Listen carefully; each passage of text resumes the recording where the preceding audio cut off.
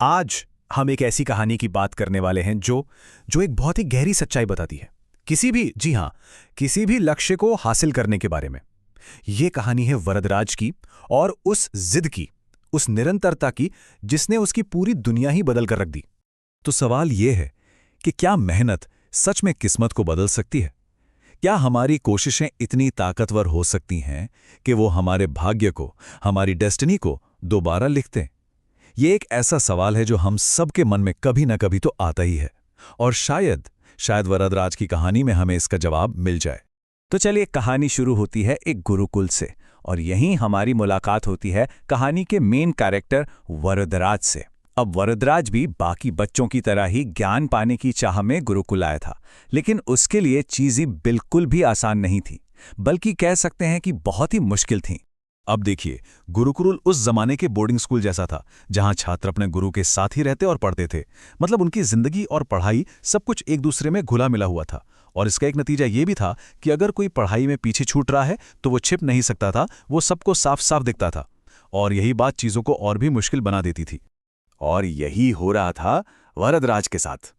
एक तरफ बाकी छात्र थे जो गुरु की बातें फटाफट समझ लेते थे और अगली क्लास में चले जाते थे, और दूसरी तरफ था वरदराज। उसे कुछ भी पल्ले ही नहीं पड़ता था, चाहे श्लोक हो, अक्षर हो या उनका मतलब। सब कुछ उसके लिए मानो उलझे हुए धागों का एक गुच्छा था। नतीजा, वो वहीं का वहीं रह गया, बाकी सब आगे बढ़ गए। और फिर धीरे धीरे जो होना था वही हुआ। उसके साथ पढ़ने वाले उसे ताने मारने लगे, उसका मजाक उड़ाने लगे, उसे मंदबुद्धि कहकर बुलाते थे। कहते थे कि इसके बस का कुछ नहीं है, ये कभी कुछ नहीं सीख पाएगा। सोचिए, ये सब सुनकर उसकी हिम्मत कैसे टूट रही होगी, उसकी निराशा कितनी गहरी होती जा रही होगी। और फिर एक दिन वो हुआ जिसकी शायद वरदराज ने कभी कल्पना भी नहीं की थी। उसके गुरु ने भी हार मान ली। उन्होंने वरदराज को अपने पास बुलाया और बहुत भारी मन से कहा, बेटा, लगता है विद्या तुम्हारी किस्मत में ही नहीं है, तुम घर चले जाओ। बस ये वो पल था जब वरदराज पूरी तरह टूट गया। उसे लगा कि बस अब सब खत्म, सारे रास्ते बंद हो चुके हैं। तो भारी मन और कदमों के साथ वरदराज अपने गांव की तरफ वापस चल पड़ा। उसके दिमाग में बस यही चल रहा था कि उसकी कहानी यहीं खत्म हो गई। लेकिन उसे क्या पता था कि रास्ते में एक ऐसी चीज होने वाली थी जो सब कुछ बदलने वाली थी। चलते चलते दोपहर हो गई। धूप बहुत तेज थी। वरदराज को जोरों की प्यास लगी। तभी उसकी नजर एक कुएं पर पड़ी जहां कुछ औरतें पानी भर रही थीं। तो वो भी अपनी प्यास बुझाने के लिए उस कुएं के पास जाकर रुक गया। वो पानी पी ही रहा था कि अचानक उसकी नजर कुएं के किनारे लगे पत्थर पर गई। उस पत्थर पर गहरे निशान बने हुए थे। वो हैरान रह गया।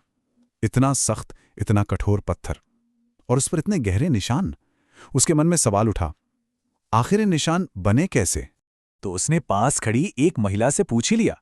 उस महिला ने मुस्कुराकर जो जवाब दिया वो बहुत ही सिंपल था।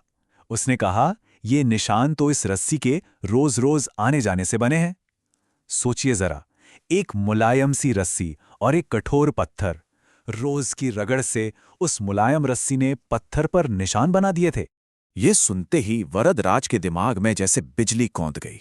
एक जबरदस्त आइडिया, एक एहसास उसके अंदर जागा। उसने सोचा, एक मिनट, अगर एक इतनी कोमल रस्सी रोज थोड़ी थोड़ी कोशिश करके इस कठोर पत्थर को काट सकती है, इस पर निशान बना सकती है, तो मैं लगातार अभ्यास से, लगातार कोशिश से अपने इस मंद दिमाग पर विद्या की छाप क्यों नहीं छोड़ सकता? बस ये एक ख्याल, ये एक विचार ही काफी था। वरदराज के अंदर एक नई उम्मीद, एक नई हिम्मत जाग उठी। अब वो जानता था कि उसे क्या करना है। हार मानकर घर जाना नहीं। उसने फैसला किया कि वो वापस जाएगा और अपनी मुश्किलों का सामना करेगा। और वो रुका नहीं, वो फौरन गुरुकुल की तरफ वापस दौड़ पड़ा। अब उसकी आंखों में निराशा की जगह एक अलग ही चमक थी, एक जबरदस्त दृढ़ संकल्प था। और जब वो गुरुकुल पहुंचा तो उसे वापस देखकर सब के सब, खासकर उसके गुरु, एकदम हैरान रह गए। उसने पूरे आत्मविश्वास के साथ अपने गुरु को कुएं पर हुई पूरी बात बताई। उसने कहा, गुरुजी, अगर एक रस्सी पत्थर पर निशान डाल सकती है तो लगातार अभ्यास से मेरे दिमाग पर भी विद्या की छाप जरूर पड़ सकती है। उसने बस एक और मौका मांगा। उसकी आंखों में वो आग, वो दृढ़ संकल्प देखकर गुरुजी उसे मना ही नहीं कर पाए। और इसके बाद वरदराज ने वाकई में दिन को दिन और रात को रात नहीं समझा। वो सबसे पहले उठता था, गुरुजी से इतने सवाल पूछता था कि शायद वो भी परेशान हो जाते होंगे। हर एक चीज को रटता था, उसे समझता था और फिर दिन रात बस प्रैक्टिस प्रैक्टिस प्रैक्टिस। अब उसे कोई नहीं रोक सकता था। तो इस जबरदस्त लगातार मेहनत का नतीजा क्या हुआ? नतीजा अविश्वसनीय था, ऐसा जिसके बारे में किसी ने सोचा भी नहीं होगा। वरदराज ने सिर्फ सबको गलत ही साबित नहीं किया, बल्कि इतिहास में अपना नाम हमेशा के लिए दर्ज करा लिया।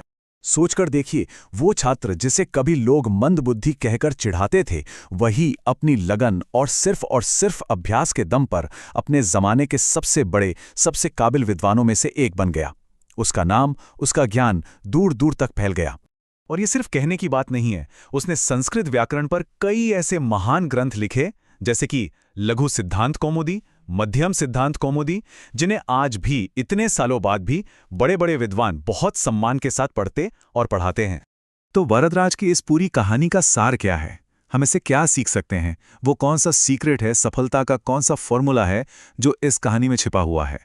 वो रहस्य एक शब्द में है, अभ्यास। मतलब लगातार पूरी लगन के साथ बिना थके कोशिश करते रहने की ताकत।